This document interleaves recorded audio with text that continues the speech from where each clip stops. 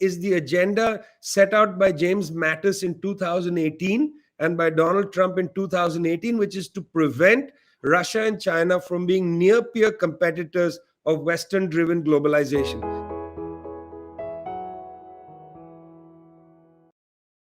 Greetings and welcome to our latest conversation on the brand new Elevate podcast. Today, we're exploring some deep questions around the conflict in Ukraine. We're trying to make sense in an increasingly complex media landscape to understand what's really happening in Ukraine, but we're also trying to understand the historical perspectives and the geopolitical landscape in order to make sense of how do we find solutions not only to this conflict, but actually more broadly, how do we pursue a world where we can live in peace and without violent conflict. And I'm delighted today to explore this particular subject with Vijay Prashad. Now, I came across Vijay's work through a very empowering conversation that I witnessed with the Stop the War Coalition, a fantastic debate where a number of perspectives were explored, and Vijay put a very, very articulate case for what's really happening in Ukraine, or at least a very clear perspective that helps us to understand the bigger picture. Because, of course, we can get caught up in the tragedy of the situation, but it is important that we understand what is happening on a wider view here. So I'm delighted to be bringing Vijay to the Elevate podcast to explore this conversation. He's the director of the Tricontinental Institute for Social Research. He's a prolific writer, Indian historian, editor, and journalist. And I'm really delighted to have you with us here today, Vijay, on the Elevate podcast. Dan, it's my pleasure to be with you. And I just want to say congratulations for the podcast, also the name, Elevate. It's such an important human emotion. And I hope you have success in elevating not only consciousness, but also decency. Please elevate decency. We can certainly do our best. We have lofty ambitions. And, it's certainly part of our aims in order to ask these big questions and actually look for these big solutions that find a shared reverence amongst humanity, really, how we can find peace within ourselves, in fact, within ourselves, and then without ourselves, in order to avoid some of these dark times that we're witnessing. Now, to open us up, I'm curious, first and foremost, particularly on your observations on why this conflict in particular has captured the minds and hearts of the Western world. We know there's existing conflicts, there's prior conflicts. What do you think is unique about this particular conflict that's led it to be such a focus for the Western world? Well, Dan, there's a lot of things to say. One is that a country, Russia, invaded the sovereign land of another country, Ukraine. And that by itself should generate dismay. It should generate condemnation. Again, the flag goes up because people around the world say, well, listen, when the United States illegally attacked Iraq, there wasn't the same kind of outrage. United States wasn't thrown out of the Human Rights Council, or there wasn't major discussions in the UN about lawlessness and so on. Even though at the time, Kofi Annan, the UN Secretary General, called it an illegal war. But people are scratching their heads. From South Africa to Brazil to India, there's a lot of dismay about the double standards. But let's not just sit with the double standards. Wars are ugly. This is an ugly war. The bombardment of cities, Mariupol, the suburbs of Kiev, Bucha, these are grotesque things. Again, people are scratching their heads. They are saying, good God, you flattened Fallujah. You flattened, Jalalabad. Entire neighborhoods of Jalalabad bombed. And if you don't know where that is, that's in Afghanistan. So people scratch their heads. But once more, I don't want to say that is no reason to say this is not horrific and terrible and should be condemned and so on. But now let's go slightly deeper. There's the question raised about Mr. Putin. Mr. Putin is now considered to be barbaric himself and dictatorial and so on. People like myself, who come from the left, have never seen Mr. Putin as anything other than the leader of a capitalist bloc inside Russia. It was Tony Blair. It was George W. Bush. It was all these people who celebrated Mr. Putin when he led the flattening of the city of Grozny in Chechnya. Before him, his actually the man who brought him into office, Boris Yeltsin, who destroyed Russia, also flattened Grozny in Chechnya, and for which he was celebrated in the West. So where is Mr. Tony Blair on this? Mr. Blair and Sherry Blair, who went and spent a lovely weekend with the Putins, including going to the Hermitage. George W. Bush looked into Mr. Putin's eyes and saw something miraculous.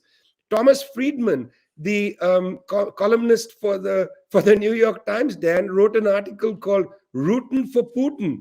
Rootin' for Putin. He was rooting for Putin, but we were saying that there's serious issues here about the attack on the left in Russia. There's serious issues in the war in Chechnya and so on. So, I mean, it's really curious that all these things seem to happen, double standards, amnesia about the event. And then, oh my gosh, coming on top of everything, do I really need to hear that all Ukrainian refugees should be allowed immediately into the rest of Europe, at the same time as Europe has actually militarized the Sahel in Africa? The French, in particular, with the United States, built a border. You see, they've moved Europe's border, Dan, from north of the Mediterranean to south of the Sahara. There are French troops, French Foreign Legion, for God's sakes, in Mali, in Niger, to prevent West African desperate people from crossing into Europe. Those refugees not welcome, even though many of them victims of Western wars and Western economic policy, but the Ukrainians welcome. There's a lot of anger and anxiety in the world around the racism that is occasioned by this war. But once again, I want to be very clear. That doesn't mean this war is acceptable or whatever. It's still a terrible war. It's a terrible war. There's no reason to not say that. No, I agree. But I share your perspective that the hypocrisy of it, the double standards. I've got friends from all over the world that have experienced conflict in different territories, and I agree. They agree that every conflict is a tragedy, but the fact that some make the headlines and become the focus of the world's attention, and others do not, and the same or greater suffering may be occurring, and the outpouring of support is woefully absent. What do you think is a deeper root of this? And do you see a pathway to a solution more broadly?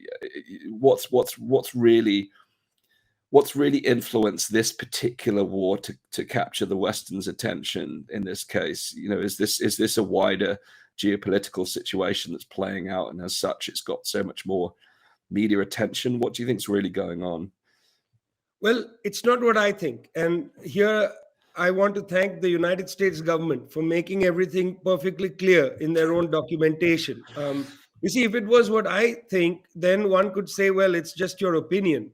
But what I'm going to say to you is not my opinion. It's exactly, precisely, and I'm quoting from memory because I've memorized this document. In 2018, the United States government released a national defense strategy document. This is in the Trump administration. The US Defense Secretary at the time was James Mattis. Now, let's go back a little bit. In 2001, there was an attack on the United States done by Al-Qaeda that was now known as 9/11. The following year, the Bush administration, this is the administration of President George W. Bush, published a national security strategy in which they said that the focus of the entirety of the massive arsenal of US power, including 800 military bases, its alliances around the world, and so on, the entire arsenal of US power is going to be focused on dealing with the so-called global war on terror. That was announced although the global war on terror effectively began in October 2001, they announced it as the formal government strategy in the National Security Strategy Document 2002. Okay, in 2018, in the revised version of that document, United States government says the following, and it was unchallenged by the Democrats. So one can't say, well, this is when Trump was there, Biden is different. No, it's unchallenged, and Biden has continued the policy. What does that 2018 document say? The 2018 document says that the global war on terror, which had been renamed under Obama, but let's leave that aside, the global war on terror is now over. Now, the principal adversary for the United States government is Russia and China, and that these adversaries need to be put in their place. This is written in the text. James Mattis, in the signing statement, says that near peer, this is a very important phrase, near peer. And I want to be clear that those who are befuddled by my Indian accent don't miss out what I'm saying. Near, N-E-A-R, that is close by. Peer, P-E-E-R, that is somebody who is on your level. Not exactly on your level, because near peer competitors, Russia and China, need to be put in their place. This is a US government document from 2018. At the same time, United States government decides unilaterally to withdraw from the Intermediate Nuclear Forces Treaty, which they then withdraw from in 2019. Now, this is really important because, you see, Dan, this is the product of a massive European campaign in the 1980s, the freeze movement. People said no intermediate nuclear missiles, no tridents, no this, no that. And this was a treaty forced on the USSR and the USA. Right after 9/11, George W. Bush withdrew from the anti-ballistic missile treaty. This is very important because this gives permission to the United States to create defenses against the possibility of a Russian nuclear strike. Anyway, but in 2018, withdrawing from the INF, when that happened, Mr. Putin said directly, we fear for our security. In 2007, for the first time, Putin went to the Munich Security Conference. I want to make this very clear. Up to 2007, Mr. Putin was a loyal ally of the United States, a member of the G7, a partner in peace of NATO, very close to the European Union, made no trouble for the West. After the international financial crisis, Mr. Putin goes to Munich in 2007 and says the world cannot have one single master. That's a phrase Putin uses. You can go and watch the speech on YouTube. It has subtitles for those in many languages, actually. He says, we don't want one single master. Now, he doesn't name the one single master, but you'd have to live like a mole deep in the soil of the earth not to know he's talking about the US. You see, that's interesting. He says that in 2007. In 2018, when the United States withdraws from the INF, Mr. Putin starts to talk about security guarantees. Now, this has been misconstrued in particularly the European media. He's not asking Ukraine for security guarantees, okay? He's not even asking NATO for security guarantees because guess what? NATO is a shell, okay? The Europeans might sit on the NATO Council and might send a half dozen troops here and there, but this is a US Trojan horse. Let's face it. I know Europeans are a people of great dignity, but basically you are a subordinate ally of the United States, and NATO is the instrument of US power through the Washington Treaty to essentially have US bases on European soil and to suborn European countries into US wars, except in Libya, where in a way France was the one in the lead. But okay, set that aside. What is this war about? This is, of course, a terrible war that afflicts the people of Ukraine. So yes, it's a war between Russia, which is the invading power in Ukraine. But this is also a much bigger war, a conflict between the United States and Russia, a conflict also over whether Europe should be independent. This is a question, like, go back to matters. Near peer competitors must be put in their place. Russia and China, 17 countries in Eastern and Central Europe joined China's Belt and Road Initiative. Poland joined the Belt and Road Initiative in 2015. Italy joins the Belt and Road Initiative in 2019. Trump goes to Europe, sits across the table from Jens Stoltenberg of NATO and lectures him. Because the United States is very good at the finger wag lecture, lectures him and says, look, why should we protect you from Russia, says Mr. Trump, when you are dependent on natural gas imports from Russia? The attempt to not allow the certification of the Nord Stream 2 pipeline, the attempt to prevent European countries from using Huawei 5G technology and other telecommunication instruments and so on. All of that was part of the quote unquote war against Russia and China. I think here the Russians crossing the border into Ukraine was only one more front in that longer pressure campaign around Eurasia. Now, do I think it's a good idea for the Russians to enter Ukraine? Terrible idea. Do I think it's all about denazification? Not at all. Do I think it's about this bigger contest? Yes. Do I think it's about building a land bridge to Crimea? Certainly, because that's an enormous strategic question for the Russians. So, is this about Ukraine and Russia? I'm afraid not, which is why I think your question, despite the fact that the Ukrainians are really suffering in this, the question you asked, is Ukraine a pawn in a much bigger game? Nobody wants to be a pawn. Everybody wants to be sovereign. Unfortunately, Ukraine has fallen into the position where it is a little bit looking like a pawn in a much bigger, much nastier game, essentially to suffocate Eurasia in the service of US power. Yeah, thank you, Vijay. I think you've outlined some really interesting points about the changing geopolitical order. And interestingly enough, we've approached Ray Dalio to be on the show, actually, to talk about what he's recently presented through his analysis of the last 500 to 1,000 years of changing economic and political powers.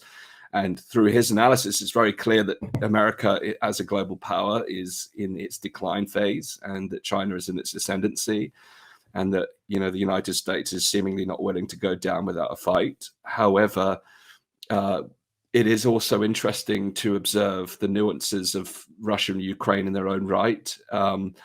Taking a step back to kind of 2014 and some of the initial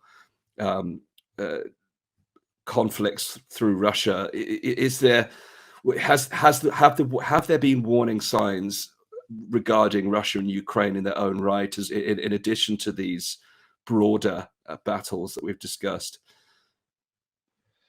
I mean, firstly, look, China, I just want to reflect on this 500-year business. China has a very interesting history. Until around the 1820s, it was one of the most dynamic economies in the world. You know, there's a lot of debate about why China went into an eclipse. There's a guy who wrote a book called The Great Divergence, who makes the argument that, well, China didn't have colonies and China didn't have coal in the right place. You see, because here the comparison is to Great Britain, which, you know, luckily for Britain, there was coal in the right place. I actually don't think that's a compelling argument, because there is coal in China, lots of it. We know that, and they knew it then. Maybe you could argue that, well, they didn't make the, they didn't have Scottish ingenuity to make the engines and so on to harness the coal, to actually take the water out of the coal shafts. That was what the steam engine was designed for initially, was to take the water out. Later, we got all these amazing things from it. Okay, amazing, and they destroyed the climate. Yes, I agree. Coal wasn't a compelling argument. Colonies, well, you see, just like the United States, China didn't need colonies. It had a vast territory, and it had to, bring that territory into its control, including the western reaches, today's Xinjiang, and then the broader northern areas, Mongolia, and so on. It had vast territory, just as the United States had. And by the way, when you go and read Adolf Hitler's book, Mein Kampf, he's saying Germany needs to do what the United States did, which is make Lebensraum. And he says, we need to take our lessons. Just as the United States massacred the Native Americans, Germany needs to go and massacre the Slavs. That's what Hitler writes in Mein Kampf. But he could many parallels of territorial, empires, as it were, which were not needing colonies. Britain needed a colony because it's a tiny little island, sitting basically hanging on for dear life from drowning in the Atlantic, hanging on to Europe, but now wanting to be a boat, it seems. Anyway, these are not good reasons for China's actual break in its prosperity. I think there are internal issues, stagnation in agriculture and so on. They face similar challenges as the Mughals in India.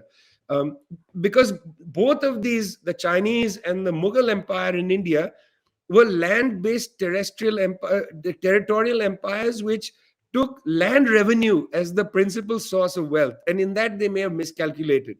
The English looked ahead and took the maritime conquest and trade, commerce as the principal form of wealth. And the British arrive and basically they subordinate the Chinese through two wars. The Opium War 1, Opium War 2, and the delivery of opium into China, the great drugs of the 19th century. China never recovered from that, for 100 years. 100 years. 1937, World War II begins, ends in 1949, effectively. Millions of people killed. That's the most ghastly front of World War II was in China, not in Europe. Europeans don't understand that the Chinese had a much longer World War II. Started 2 years before it started in Europe. The Marco Polo Bridge incident. The Japanese opened up World War II in China. It didn't open up when Hitler entered the Sudetenland and so on. That's a totally Eurocentric perspective of World War II. World War II starts in Asia 2 years before. And I would like people to recognize that. In 1949, when China is then secured as an independent power and the communists take power, what does Mao Zedong say? Mao Zedong says, we have stood up. We have stood up. We will no longer, and this phrase is resonant in Chinese discussions, popular discussions. We have stood up, no more the century of humiliation. The century of humiliation. The return of China, as it were, by enormous effort, first improving in an accelerated form the health, the education, livelihood of Chinese people. I mean, the advances in China in comparison to India, for instance, when British left India, our literacy rate was 13%, not much greater than it was in China. Can you imagine 300 years of colonialism? And thanks, Charnock, and thanks, Warren Hastings, and thanks, all of them, Mountbatten, you left us with 13% literacy rate. I hope people in Britain, next time they go into a National Health Service hospital and see an Indian doctor, they shake their hand and say, thank you very much, independent India, for producing a government-sponsored education practice, which, was able to send you, and then thanks Jamaica for a government-run education system that sends all the nurses to Britain. There's a lot of amnesia about how all these things happen, but China returns in a way in recent years. And it's taking up the kind of dynamic that was there before 1820. And that is just not being allowed to happen. Why can't the world just say, look, the Chinese made a bet with their opening up in Shenzhen and so on in the 1990s. That bet has come to fruition. They have advanced, technologically, scientifically. China has the world's best robotics, world's best high-speed rail. Let's learn from the Chinese. The Chinese don't want to dominate anybody. They want to trade. It's very interesting. I've talked to a lot of Chinese high officials. They say, look, we don't want to, quote unquote, supplant the United States. We want to live in a multiple world. Why not? Why can't they come back?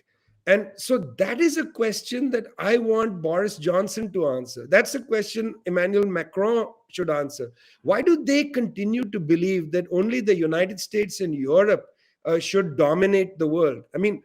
This is not about Russia in Ukraine alone.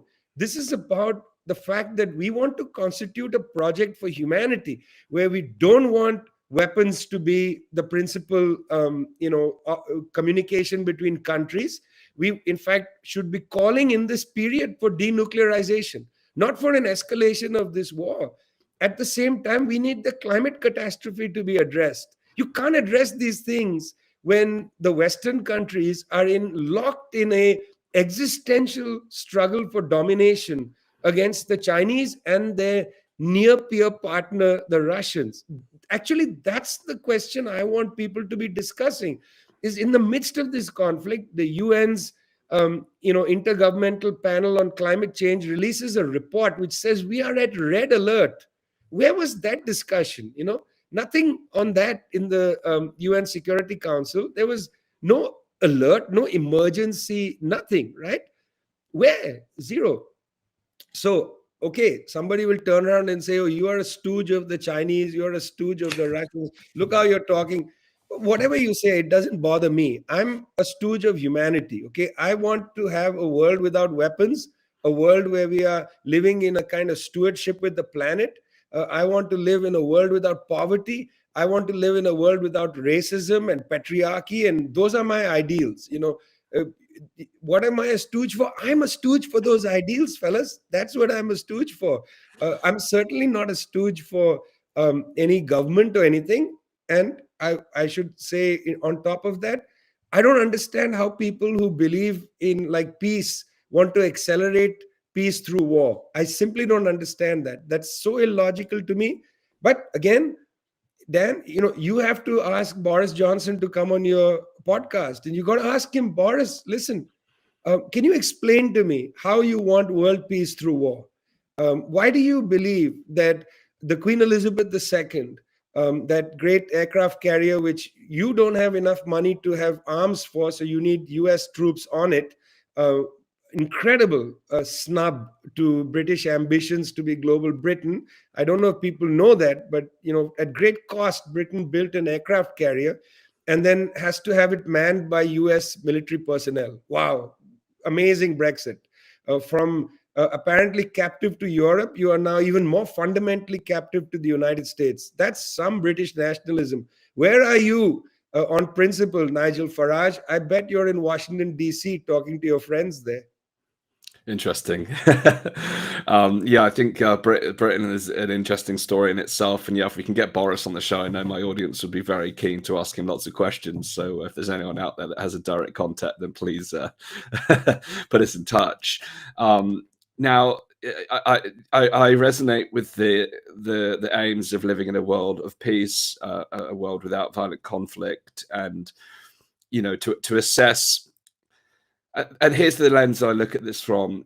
I'm a regular citizen, and our podcast audience are regular citizens, and we want to live peaceful, fulfilling lives and live in a world that we don't have to witness these tragic headlines. But in the meantime, we have these centralized organizations that essentially play the game of life like a game of chess, amassing power, and leads back to our title: is Ukraine a pawn in a much bigger game? And we've got organizations like NATO, which are supposedly here for peace. And I hear what you're saying about how do we achieve, how is it possible to achieve peace through militarization? So it leads me to ask some very big questions about the role of NATO. Not only the role of NATO in this war. What is the purpose of NATO in 2022? What is there? The globalization of NATO, the role of US foreign policy within NATO. What's it all about? I'm trying to make sense of how it even has a role and function, and it feels to me just like another central organization that is actually contrary to the aims of humanity. Could you unpack a little bit about your take on the role of NATO, not only within the context of this conflict, but within the broader conversation that you've referenced so far? Well, let's go back to our friend Nigel Farage, that man who I cannot understand half the time, what logical things are coming out of his mouth. I find him to be quite a comical figure in British politics, but I do recognize, having read a fair amount about British politics, that a lot of comical people are quite dangerous.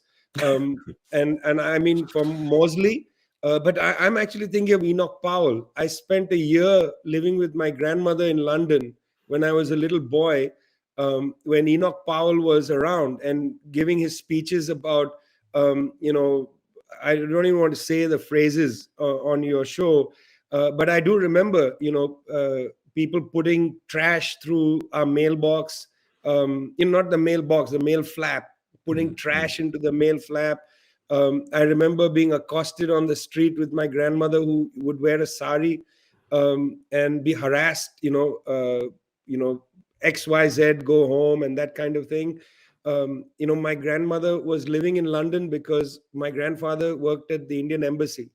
And after he died, she continued to live in London and wrote one of the first cookbooks called Cooking the Indian Way, with a very prominent novelist, Atiya Hussain. They wrote this together, published by Paul Hamlin in 1961, which is why I think it's one of the pioneer textbooks trying to improve British cuisine. And she succeeded. Chicken tikka masala forever, and so on. Um, Faraj, where are you now, Mr. Faraj? When you talked about independence of Britain and Britain independent from Europe and so on, you're quite happy being in and at the time they said the European Parliament and European bureaucrats in Brussels, and it's, there's no British people don't have a say. Remember? British people don't have a say. This is totally authoritarian. Bureaucrats in Brussels. What about the bureaucrats in Brussels who are in NATO? What about those Brussels bureaucrats? NATO has also got its headquarters in Brussels, Nigel. I mean, you may think that NATO correctly is headquartered in Washington, D.C., where he seems to keep flying off to meet his friends in New York and Washington. But NATO is headquartered in Brussels. Why are the Brexit crowd not upset about the fact that British foreign policy is not actually driven by Liz Truss, but is driven by Washington, D.C.? I mean, Liz Truss went on an expedition to India during this war in Ukraine to try to get the Indian government to come on side. She was basically sent there not by Boris Johnson, but she was basically sent there by the US government. Ask her, bring her on your podcast. Ask her, Liz, who sent you to, did Boris send you to India, or did you get some high level secret, the green telephone or whatever from across the Atlantic? NATO, I mean, let's be honest, okay? NATO in the beginning was not a sui generis institution. It was part of a number of institutions: the Rio Treaty, the Manila Treaty, the Baghdad Treaty. Guess what, guys? All of these treaty organizations collapsed. Southeast Asian Treaty Organization, Central Treaty Organization. Only the North Atlantic Treaty Organization remained, and those collapsed during the Cold War. They didn't have to wait for the USSR to fall apart. No, because the Europeans have been utterly, utterly subordinate to US power. Utterly. And there's a fantasy. Countries in Europe somehow believe that they are still major players in the world because they yoke themselves to the United States. Their old imperial glory is gone. Britain in particular, its old imperial glory is gone. So now better cozy up to the big boy at the playground so that you appear to have some of the great shine, the great Anglo-American friendship. What Anglo? There's nothing Anglo in that. It's the American agenda that the Anglos are following. There's no great Anglo-American. If you need evidence of it, forget the actual text. Just read some fiction. Read John Le Carre novels. John Le Carre novels are great because they're all about British intelligence anxiety, about betraying the great American friendship. And every time Tony Esterhaus or one of these characters, there's some double agent from Czechia, from the old Czechoslovakia, they're terrified that the Yanks will get annoyed with Britain and cut off the intelligence sharing, because that's a one-way street, okay, mostly. So that's the one thing to consider. Since the collapse of the USSR in 1991, there's been anxiety about, in Europe, about NATO, but the United States keen to keep NATO going. Test in point, during the terrible violence in Yugoslavia, violence, I think, that hasn't received proper understanding. All of it is blamed on the Serbs, which, a lot of the blame for that should be on the various governments that were there in Serbia. But hey, the major ethnic cleansing was not only Serbian. In Croatia, 500,000 Serbian Serbs from Krajina were ethnically cleansed out of that area. Terrible violence. United States accelerates that war in 1999 to keep NATO, US power through NATO, so to not allow Germany to become the great broker of the peace in Yugoslavia. They moved the conversation to Ohio, from Germany. They didn't want Germany to emerge as a major player in Europe. That was the open, stated objective of the US. Well, in recent years, there's been a lot of talk about global NATO, NATO having a role in Asia. Certainly, NATO went to war thanks to the treaty obligation in Afghanistan and was there for all 20 years of that wretched war.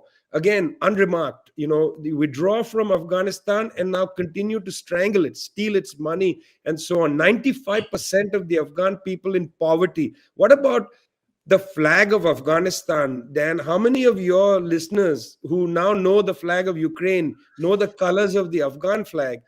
So, what is global NATO? We shall see in the Madrid summit this summer. Keep a close watch. There's an important strategic document that they're going to release. And for my sins, I end up reading all these documents. NATO was going to put enormous pressure on Russia in the Arctic. There are already documents there. I gave evidence in the parliament in Belgium against the Belgian Navy joining the NATO forces up there in the Arctic, because that's very scary. There's a lot of contested islands. I felt that that would lead to a direct clash between NATO and Russia. Very dangerous situation up in the Arctic. NATO playing a big role there. And in NATO now dancing around the South China Sea. This is very dangerous. Does Britain want to enter a direct conflict once again with China? Is that what the British people want? We got to really have these big questions. We're not in a game here. So when you gave the thing of the chessboard, the image of the chessboard, you're right. It's a little bit like a chessboard, but we're not playing a game. This is like those games of chess played in medieval India, where the king sat on a throne and watched real people slaughter each other on the chessboard as he and his courtiers played chess. They would say, knight to whatever, and the knight would go there and then cut the head off the pawn. This is the game. It's that kind of chess, that brutal medieval form of chess. We're not playing with little pieces or on a computer. We're playing with real people's lives, and that's outrageous to me. I don't want global NATO. I don't think we need NATO anymore. We don't need it. We need the United Nations to be strengthened, not NATO.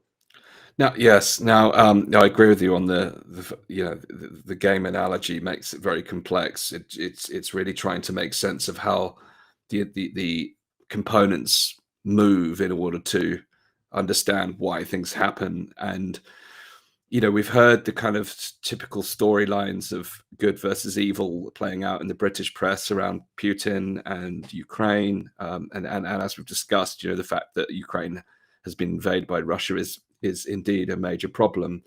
However, speaking of foreign policy, American foreign policy, the role of NATO, the growth of NATO, this globalization of NATO, the conversation around NATO's role in the conflict within Russia and Ukraine seems to be one that is being generally suppressed.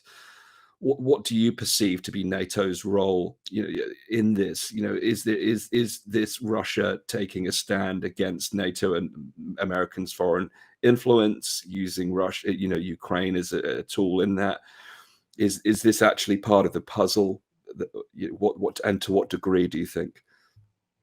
See, let's go back to the NATO discussion because it's important.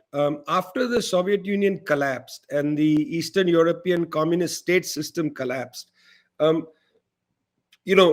people know that Boris Yeltsin comes to power in a coup d'etat in Russia. In fact, there's attention paid to the tanks in Tiananmen Square in 1989. But there's little understanding that, in fact, Boris Yeltsin sent tanks to the Russian parliament and they shelled the parliament building, the so-called White House in Moscow. That was, hey guys, There's also tankies there. These are Yeltsin tankies, and they bombed the parliament. I mean, I think a lot of this is gone from public memory, Dan. It's important to mention that Yeltsin and many of the new leaders in particularly Eastern Europe looked to Europe. They wanted to integrate with Europe. Many of them wanted to have a relationship with NATO. So, as I said, Russia becomes a partner of peace in NATO in 1994, as early as that, and remains a partner of peace with NATO till 2014, till the events in the Maidan in Kiev, in Ukraine. Until then, actually, until the Russian annexation of Crimea, when NATO essentially throws Russia out, also in 2014. So that's 20 years that Russia is in fact in an intimate relationship with NATO. During that 20-year period, 7 Eastern European countries joined NATO. This is in 2004, including the 3 Baltic states. 2 of those Baltic states, I think they're Latvia and Estonia, or Lithuania and Estonia, can't remember exactly which, but 2 of the 3 border Russia.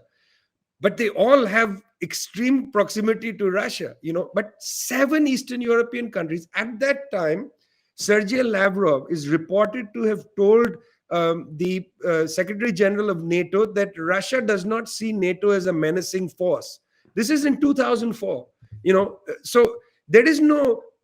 I actually find it a little, I think, strange when people go back to the handshake agreement between Edward Shevardnadze, who was then the foreign minister of the Soviet Union, later important leader in Georgia, Mr. Shevardnadze with James Baker.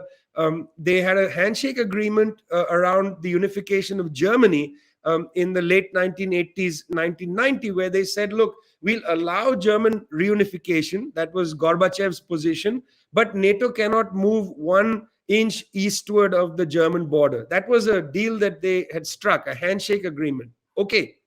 But the Russian government that came after, the government of Boris Yeltsin, completely US centered, didn't have any problem with NATO moving more than 1 inch eastward. In fact, moving all the way to the Russian border in the Baltic states. So people who say, look, NATO made a promise. Frankly, that promise that may have been made then and was made then was something that was reorganized by the Russian government that exists now, because Mr. Putin in 2004 was the president of Russia, and Sergei Lavrov was the foreign minister even in 2004. They had no problem with NATO coming to Russia's border, right? The problem isn't that. It's not where NATO stands. It's what's NATO's orientation vis-a-vis Russia. It changes with the financial crisis, as I said, because Russia realizes that integration to Europe is a pipe dream. And they start looking to China and other places to basically integrate. And that's when the problem starts. Then NATO's agenda changes. Suddenly, Russia, instead of being a partner of NATO, becomes a liability because it starts to emerge as a near-peer competitor. Why? Not because of Russia. Russia is effectively a third world country that exports, energy. It's because of Russia's closer and closer ties to China. That is the core of the problem for me. If Russia just remained an exporter of energy, and told the West, look, we have problems with, don't forget when the Soviet Union collapsed, there was no war. Ukraine went pretty much without any war. Georgia went without war. But we have a problem. Russian-speaking people are being discriminated in the Donbass region, in South Ossetia. We need to settle all that. I'm sure NATO would have showed up and wagged a finger in, Petro Poroshenko's face, or before that, Yanukovych, and told them, hey, listen, you got to solve this anti-Russian business. It's not fair to our great friend in the East. But Russia, after 2000, decided to pivot to this new arrangement, first with the BRICS in 2009. That was the first attempt. And when BRICS kind of didn't get going, it was Russia and China. To me, that's the issue.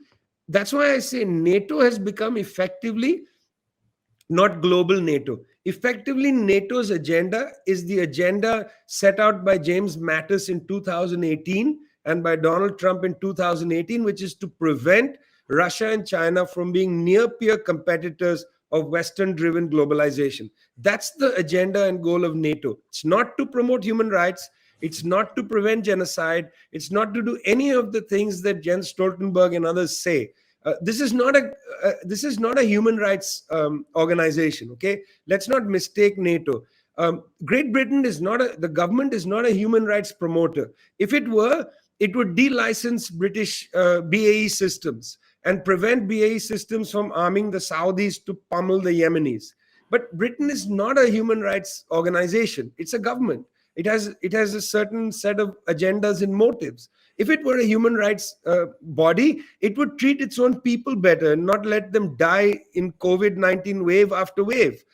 So let's grow up a little bit and let's see what they're up to. Again, what's the key document? For me, it's that 2018 document that the Americans put out there in public, where they said our adversary is Russia and China. Well, give me a better explanation for this, and I'm open to it.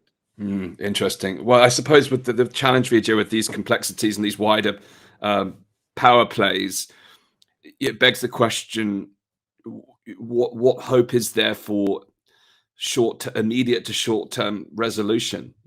Because if it is such a bigger game in this way, it's not just a matter of Ukraine and Russia. This is a much bigger problem that needs a much bigger solution.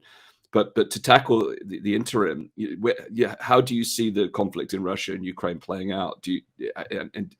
Is there prospect of peace in the near future? Do you believe? Firstly, and then I'll go on to speak more broadly about how broad a change can be occurred. But in the first instance, I'd be really interested to your thoughts on the prospect of peace in Ukraine and Russia before addressing the bigger picture.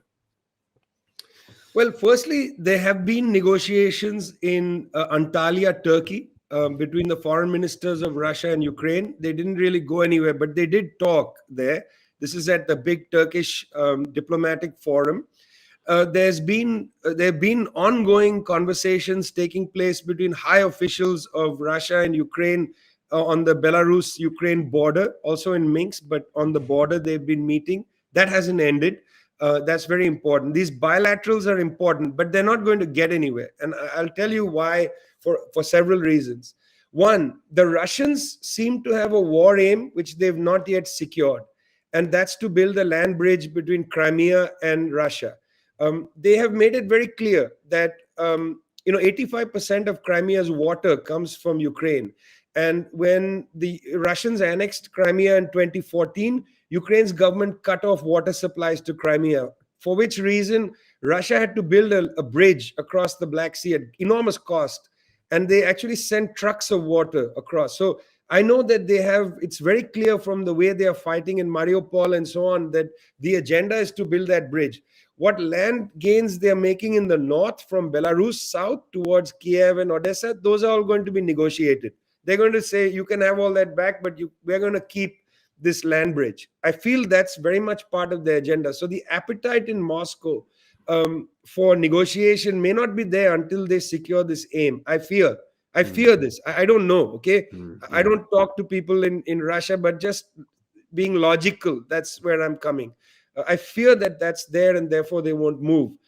On the other side, Mr. Zelensky's government, I think, quite correctly has seen, well, quote unquote, world opinion is on its side.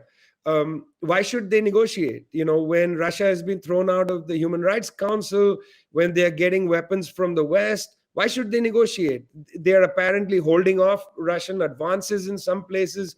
There's no appetite for negotiation. I think that's very unfortunate. And I really very much hope that sense prevails. And, look, if the Russian aim is to build a land bridge, you don't have to fight for it. Put it on the table, have a discussion.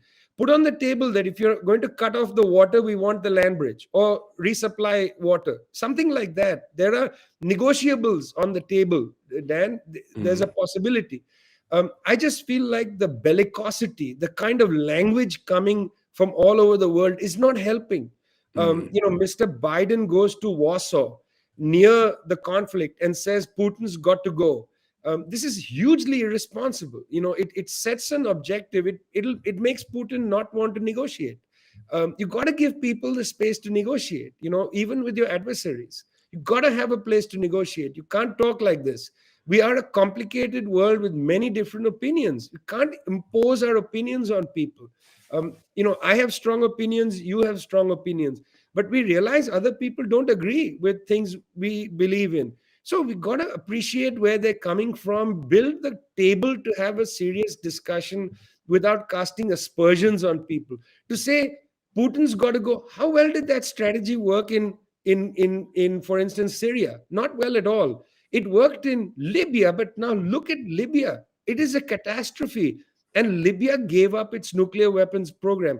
Russia has more nuclear warheads than the United States. You can't talk like this. This is inexcusable.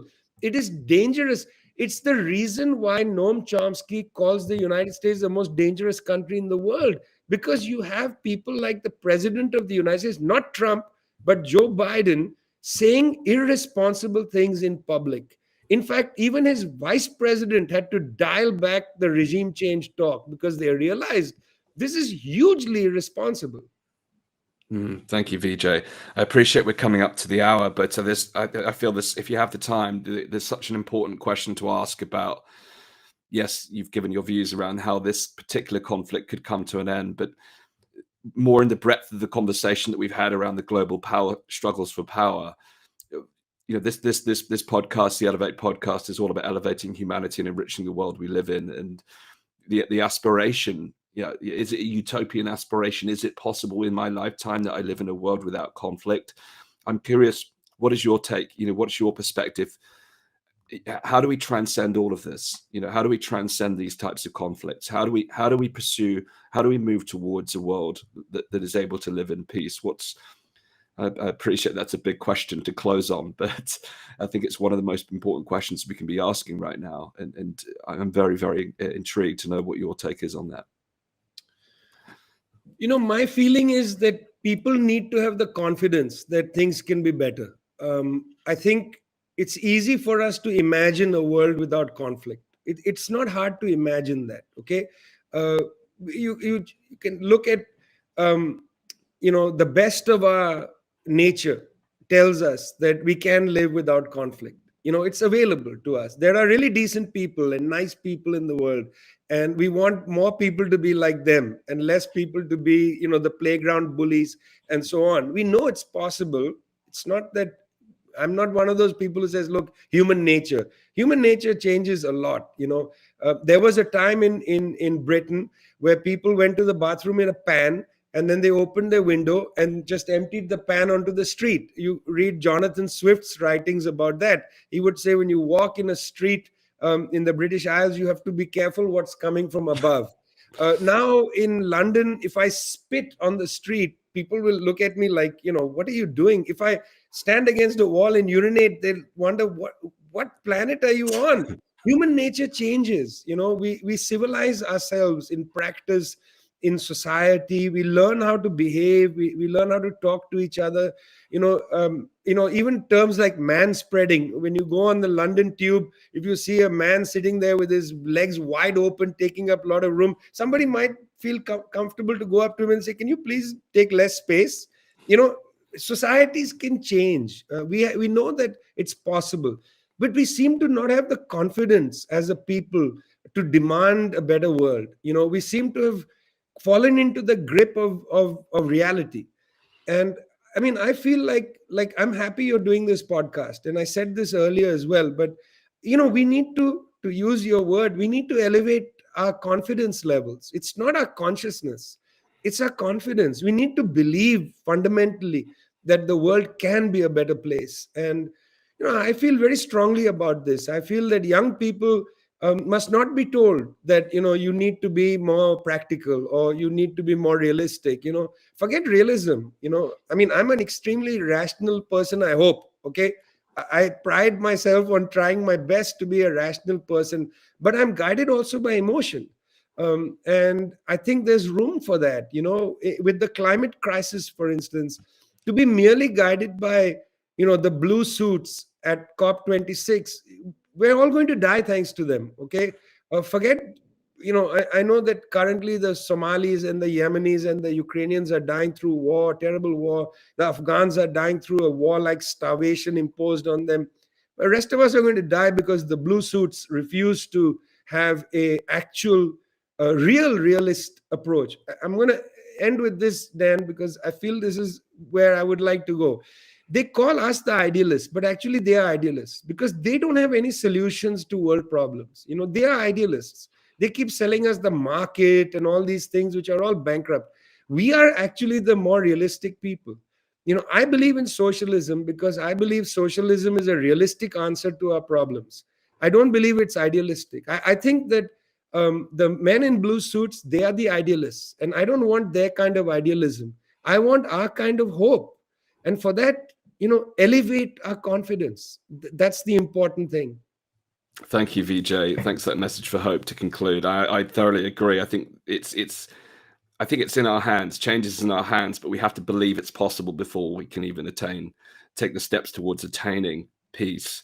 And I certainly believe a world of peace is possible. I do believe a world certainly without violent conflict is possible. We'll still have our differences and find different ways to debate and argue and negotiate our differences. But if we can do so in a peaceful way that is full of love and reverence for one another, I think we can still respectfully disagree and get on and live in peace.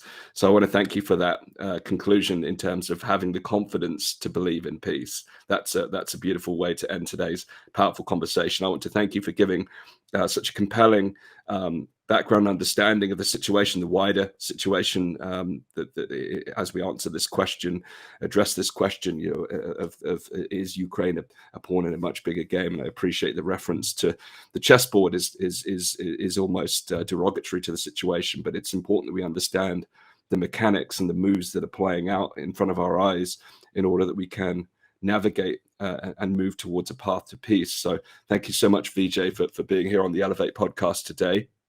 If you're new to our podcast, this is a new show. We've reached 15 million people in the last 2 years with my prior podcast, but we're here on a brand new brand, seeking solutions to the world's challenges, bringing inspiring thought leaders to ask these big questions as we seek to create real change in the world. So if you haven't yet subscribed to our podcast, please do go to danastingregory.com/podcast to hear about our forthcoming interviews and conversations with other great change makers like Vijay Prashad. Thank you so much again, Vijay, and thank you to our audience for tuning in today.